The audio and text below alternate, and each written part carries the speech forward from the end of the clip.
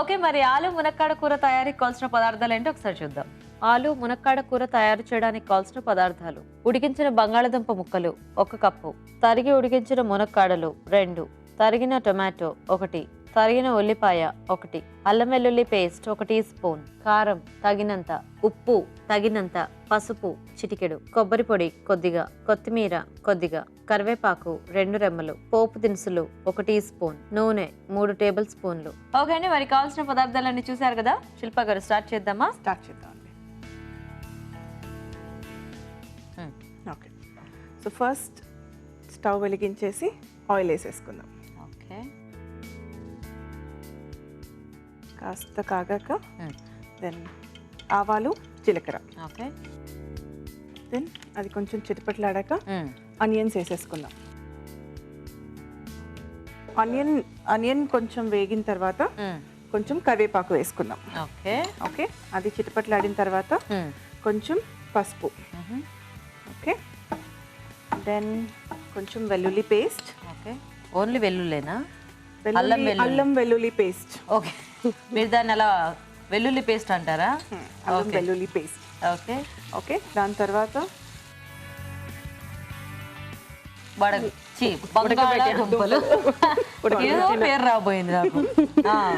Okay, so ఇది కొంచెం వేగిన తర్వాత ఉడకబెట్టిన బంగాళదుంపలు. ఓకే, ఓకే,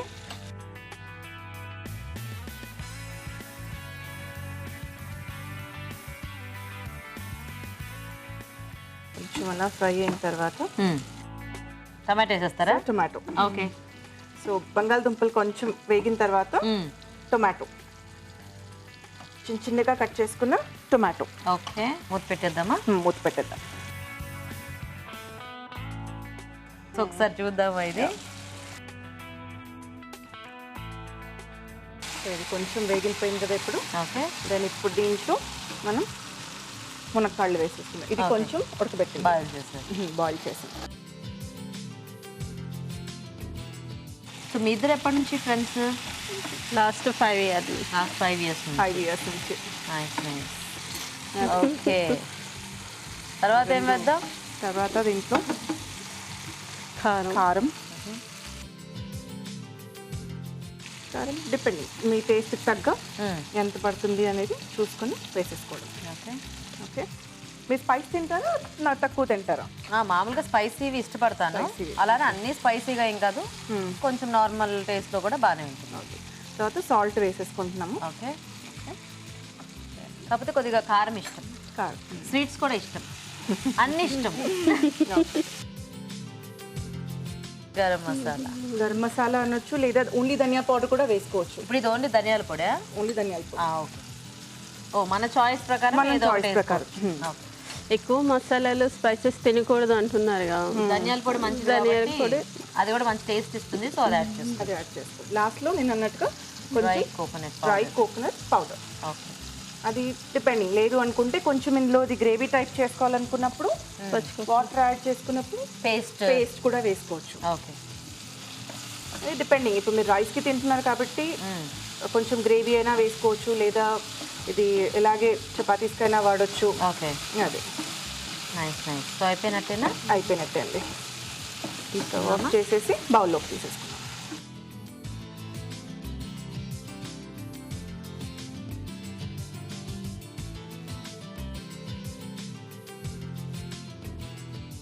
మంచి స్మెల్ వస్తుందా? అంటే అల్లం వెల్లుల్లి పేస్ట్, ఫైనల్ గా ధనియాల పొడి ఇవన్నీ యాడ్ చేశారు కదా.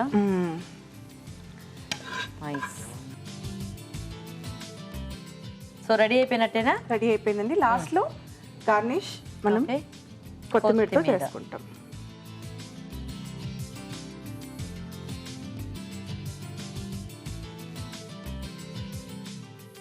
So ready.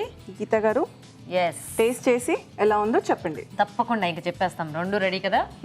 ఓకే, మరి వేడివేడిగా ఆలు మునక్కాడ కూర కూడా రెడీ అయిపోయిందండి. టేస్ట్ చూసే ముందు తయారీ విధానం ఇంకోసారి చూద్దాం.